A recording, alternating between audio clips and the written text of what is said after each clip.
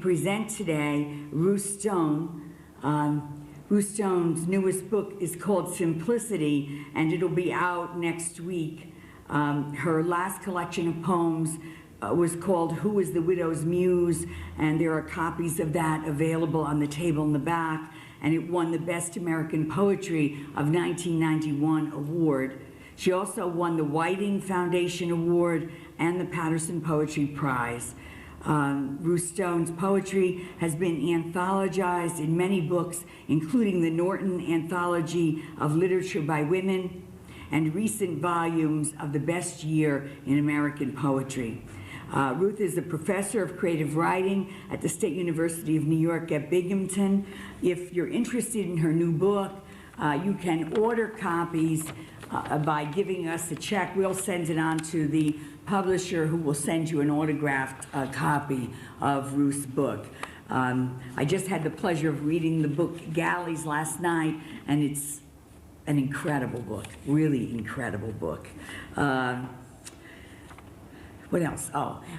So I think before I allow Ruth to come up here and read her poems, I'd like to say that it seems to me that in a period of time when so many people are writing poetry, there still are very few really original, vibrant, daring voices, and I think that Ruth Stone is one of them. Let's welcome Ruth Stone. Good advice. Here is not exactly here because it passed by there 2 seconds ago, where it will not come back. Although you adjust to this, it's nothing you say, just the way it is. How poor we are with all this running through our fingers. Here, says the devil, eat. It's paradise. Let's see, I made a little list hastily. Here it is. And I will read, I hope it isn't too many, a few poems from Secondhand Coat. I'll read The Nose, which I've read before many times, but it's an okay poem. Still true. The nose. Everyone complains about the nose. If you notice it is stuck to your face in the morning, it will be red. If you are a woman, you can cover it with makeup. If you are a man, it means you had a good time last night. Noses are phallic symbols, so are fingers, monuments, trees, and cucumbers. The familiar he knows his stuff should be looked into. There is big business in nose jobs, the small nose having gained popularity during the Christian boom. Noses get out of joint, but a broken nose is never the same thing as a broken heart. They say, bless your heart, shake hands, blow your nose. When kissing, there is apt to be a battle of wills over which side your nose will go on. While a nosebleed next to a good cry is a natural physic, a nosy person smells you out, and looking down your nose will make you cross-eyed. Although the nose is no longer used for rooting and shoving, it still gets into some unlikely places. The old sayings, he won by a nose and he cut off his nose to spite his face, illustrate the value of the nose. In conclusion, 3 out of 4 children are still equipped with noses at birth, and the nose, more often than not, accompanies the body to its last resting place. Okay, mine. Oh, I forgot to say which page it's on. Oh, mine. I'll have to look it up now.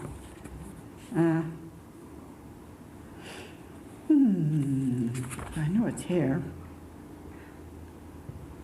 Oh, it must be an older one. Mine, 79, okay. Mine. Sick at heart, I lie down among those who dream of murder. While I am sleeping, they take away my blankets.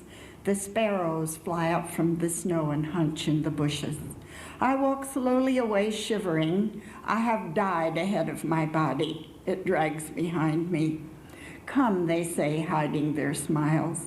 Surely you can do something about this bloody thing that is following you. You know it is yours. 47.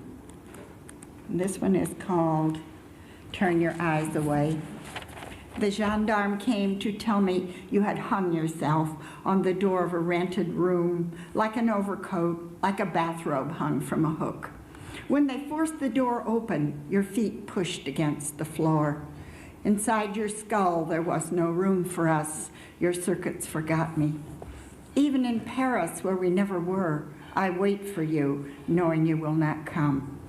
I remember your eyes as if I were someone you had never seen, a slight frown between your brows, considering me. How could I have guessed the plain-spoken stranger in your face, your body tagged in a drawer, attached to nothing, incurious? My sister, my spouse, you said, in a place on the other side of the earth where we lay in a single bed, unable to pull apart, breathing into each other, the Gideon Bible open to the Song of Songs, the rush of the L train jarring the window. As if needles were stuck in the pleasure zones of our brains, we repeated everything over and over and over. And this one's called Curtains. Putting up new curtains, other windows intrude, as though it is that first winter in Cambridge when you and I had just moved in. Now, cold borscht alone in a bare kitchen. What does it mean if I say this years later? Listen, last night I am on a crying jag with my landlord, Mr. Tempesta. I sneaked in 2 cats. He screams, "No pets, no pets." I become my Aunt Virginia, proud but weak in the head. I remember Anna Magnani. I throw a few books, I shout. He wipes his eyes and opens his hands. Okay, keep the dirty animals, but no nails in the walls. We cry together. I am so nervous, he says. I want to dig you up and say, look, it's like the time, remember, when I ran into our living room naked to get rid of that fire inspector? See what you miss by being dead? And this one is called The Widow's Song. This is The Widow's Song. As I was a springbok, I am a leper. As my skirt lifted up as a veil, so the shawl of a widow. As the ox lip, so the buffalo grass. As the wall of a garden in winter, so was I, hidden. As the game of the keeper, not counted, so I am without number, as the yellow stargrass. Okay, then I will read. Now, how did I have this figured? Whoops, was that the order? I don't know if this was the order or not, but here it is. It can't be. Wait a minute. All right, I'll do it this way. Okay. Against Loss. That time at the downbeat, Billie Holiday. Oh, nothing is succulent and sweet anymore. We drank so much. This was before the war, when we were renting rooms for the weekends, and you watched me brush my hair, tickling your long fingers down my back. I sometimes hear the trombone and sax and drums, the wobble of spinning glass above the ladies' room where she was upending a little toff of medicine out of a bottle. I mean, Billie Holiday spoke to me down there. She said, I've got a bad cough, like an apology, and I remember her. Memory becomes the exercise against loss. Later, when we were naked on the bed, and that tremble of heat lightning along the muscles, you began the slow measures of Dover Beach in the only voice, oh love, let us be true to one another. You stop that. Plumbing. Plumbing is so intimate. He hooks up your toilet. Is this echoing too much? No, I was feeling the same thing up there, but it doesn't. Is that all right? Plumbing is so intimate. He hooks up your toilet. He places a wax ring under the vitreous seat where your shit will go. You are grateful to him. He is a god with wrenches, a quiet young man using a flame torch. He solders the joints, he crawls through your dusty attic over the boxes of doll furniture, the trains, the ripped sleeping bag, the Beatle posters, the camp cots, the dishes, the bed springs, to wire up the hot water tank. And you admire him as you would St. Francis for his simple acceptance of how things are, and the water comes like a miracle. Each time in the night, with your bladder full, you rise from the bed, and instead of the awful stench of the day before, and perhaps even the day before that, in a moment of pure joy, you smell nothing but the sweet mold of an old house and your own urine as it sloshes down with the flush. And you feel comfortable, taken care of, like some rich Roman matron who had just been loved by a boy. And this is called That Winter. In Chicago, near the lake on the North Shore, your shotgun apartment has a sunroom where you indulge in a cheap chaise lounge and read of human bondage. There is a window in the living room proper cracked open so your Persian cat can go outside. You are on the first floor, and upstairs, a loud-mouthed Southern woman whose husband is away all week on business trips has brought her maid up from Georgia to do the work and take care of the baby. Oh, Lord, the Southern woman says, he wants it spotless on the weekend. The maid, who has smooth brown skin, is not allowed to sit on the toilet, but she feeds the kid and changes the dirty diapers. She washes the dishes, she cooks the Southern meals, she irons the sheets for the mahogany bed. The Southern woman shouts at her in a Southern drawl, "Junie, don't sit on that chair, you'll bust it." The Southern woman is at loose ends 5 days waiting for him to come in. "Like a honeymoon, honey," she says, "when he grabs me, hoo-ee." She invites you up and makes sure you understand the fine points of being a white woman.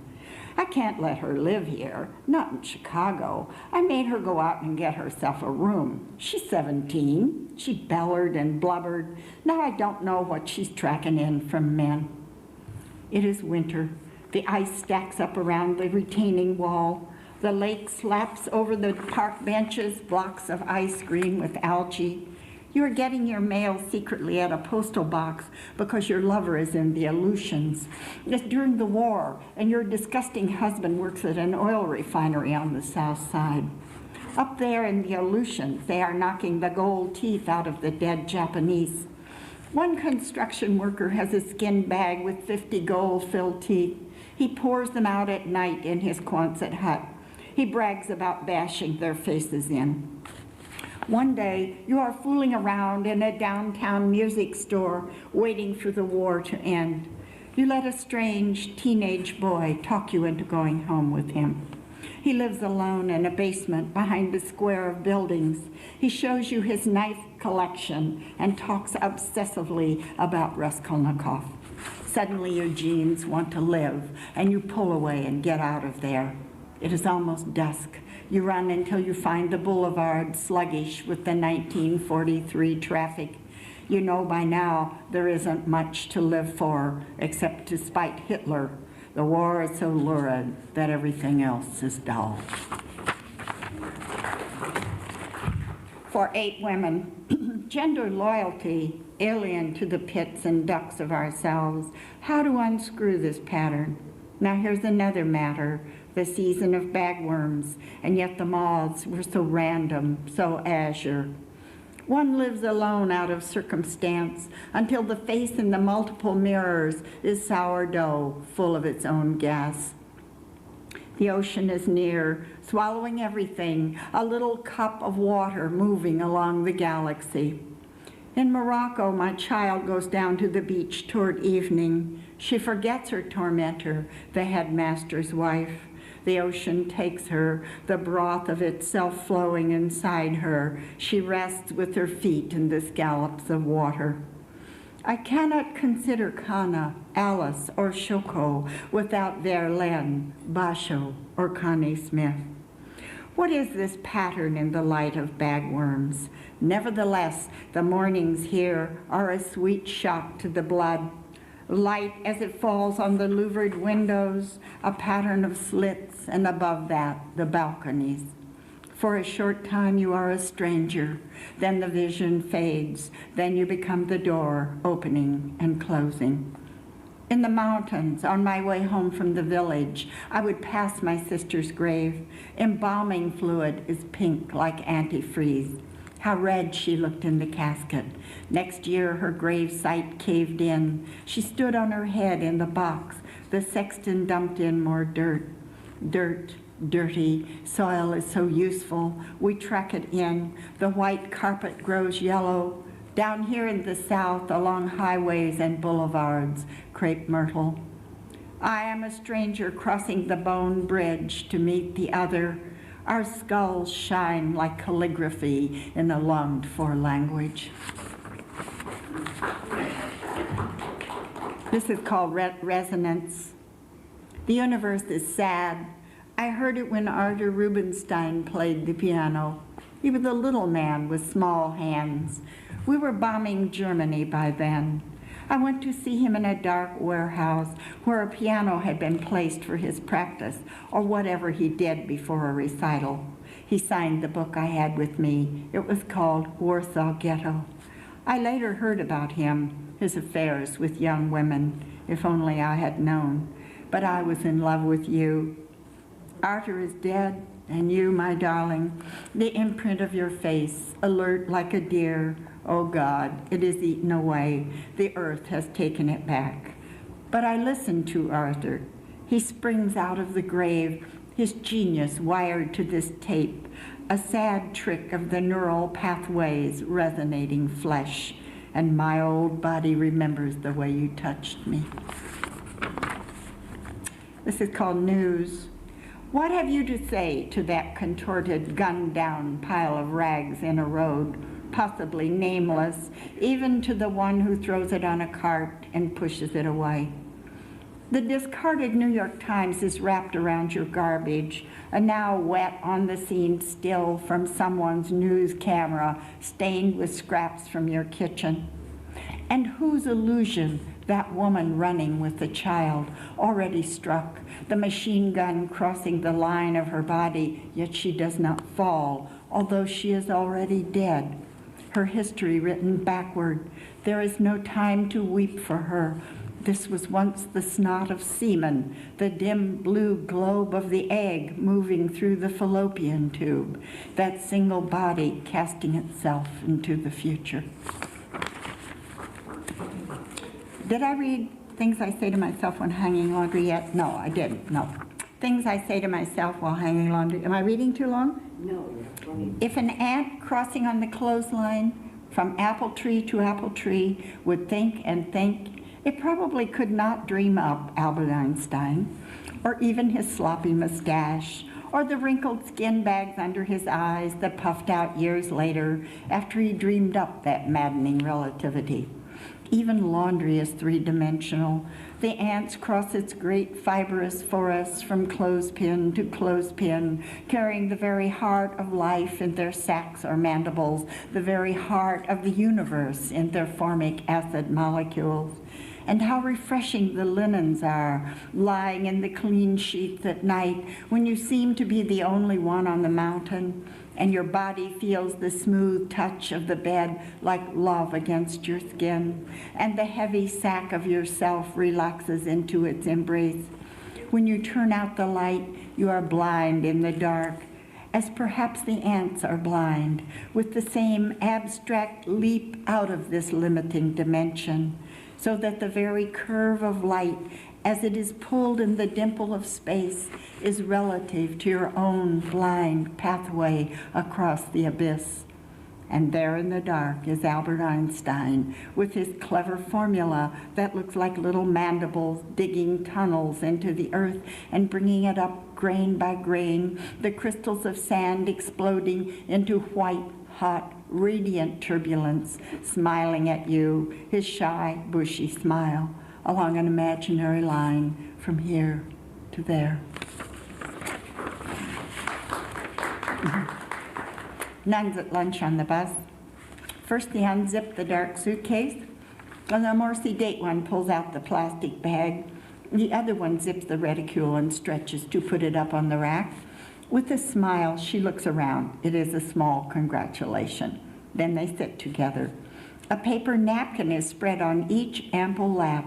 There is a momentary pause, almost breathless, and then their delicate flesh fingers hold the sandwiches. As they bite, they brush away the crumbs. Their jaws, sensuous and steady, masticate the ham and cheese. They wear draped, heavy head covers, dark coats, and sensible dark Oxford shoes. Under their habits, beige skin, the beige of their plump bodies, matrons who have given themselves. Under their dark belts, below the layers of man-made fibers, under their modest belly buttons, the unscarred skins of their stomachs, their organs, finally satiated, begin spasms of kneading, softening the mass with pepsins and acids, shoving it down into the bowels.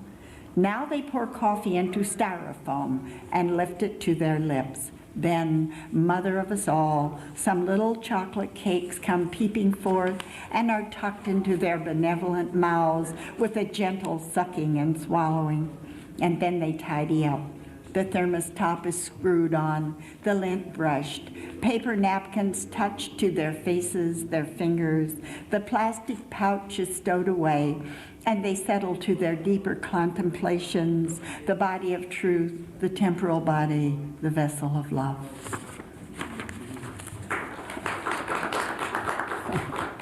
This is called the sperm and the egg. The sperm hate the egg. They are afraid of it. And ogress, they clot the hot red anteroom clinging to the walls. She is blue and pulsing. They are small and inadequate and lose their tails. Their chlorine milk begins to spoil. But on the journey, when the shudder swept them into an excited knot and expelled them all together, early sight scattered ahead of them. They traveled like a shower of comets. It was as if they were the universe. The egg puts out her slimy pseudopod and takes the sperm into the jelly. The sperm is hysterical. Now the egg is busy changing shape. The sperm does not want to be pulled apart into strings. Don't unravel me, it cries. The egg does not hear it. Deep inside the sperm, a seething hatred for the egg.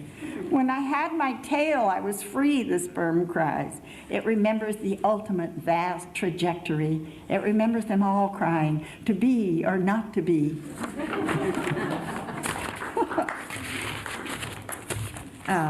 Living space. Up here, the folks who live in trailers are often large, fat folks, but sometimes they are wizened older men living alone. The trailer is often close to the road, and often when the snow melts, a confusion of cast-off tires, a sagging woodshed, and the brilliance of plastic that floated from passing hot rods during the long winter afflicts a naked sadness. Inside the trailer, it will be overwarm with wall-to-wall red carpeting, the kitchen end snug with a maple table and chairs, electro-perk, and a tree of coffee mugs. With certain trailers toward evening, several men will be standing near the road. A car has stopped and the ones in the car lean out, and those on the bare ground in front of the trailer, the spot that will later bloom with orange daylilies, will seem to be settling some intricate problem in motors. There will be another car and a truck. The hood of a blousy Plymouth will be up. Regular traffic slows down to get past, and the people driving by, if they look, can see hairy arms and thick fingers upending cans of beer. The skinny owner of one of the cars will be leaning back against the trailer, dragging on a cigarette and shouting, "Hey, Bucky," to a Buick that screeches to a stop and then guns on. Or a trailer can be fronted with a small porch with iron railings and pots of geraniums and fluffy white curtains at the windows. Its owners are almost never visible, though often it too is close to the road. The trailers with children running in and out usually have a beaten, defeated patch of grass and almost always a dog tied up without any water or food in its plastic dog bowls. For those on a low fixed income, trailers are almost as affordable as small houses used to be. If they catch fire, they are apt to burn at white heat. Like other people, the people who live in trailers may have rectangular minds, modules for large color TVs. The bottom-heavy young wives may shop in the evening at Ames. There are small children playing hide and seek in the racks of nylon pantsuits. They live in another space. They have settled close to the earth. They have retained their rugged American rights to their own home. Often elderly couples have traded a trailer for a camper and drive south in cold weather. Their whimsical vehicles wagging down the crowded lanes, while up front their stiff silver-haired profiles are pointed like migrating lemmings toward that which is always out there in the great American dark. That was Maria published that in her little magazine. No, okay, not little magazines, big magazine. The sad voice of the Hubble. Do you know the Hubble telescope? The sad voice of the Hubble. As I am the eyes of your eyes, as I am the eyes of your eyes, searching for black holes, darkness that is and is not, iris of swallowed light, so beneath me the mortal wounds, the malaise of the parent body, its sensual skin of sadness. The radiation that touches the body of this illusion, is the random of photons singing. With your wrinkled palms, with your stiff extended fingers, you rose and floated around me, strange, bulky angels.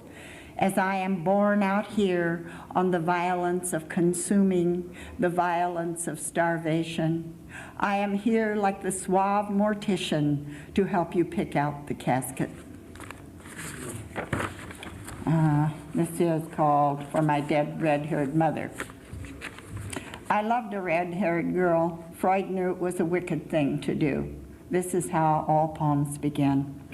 Sometime after the age of 2, I beat the atom in me black and blue. Infant, wicked infant, I threw my love outside and grew into a bride. You and I, reflecting in our bones the sea and sky, we dressed ourselves as flesh, we learned to lie. Dearly beloved, forgive me for that mean and meager self that now would mingle but must first die.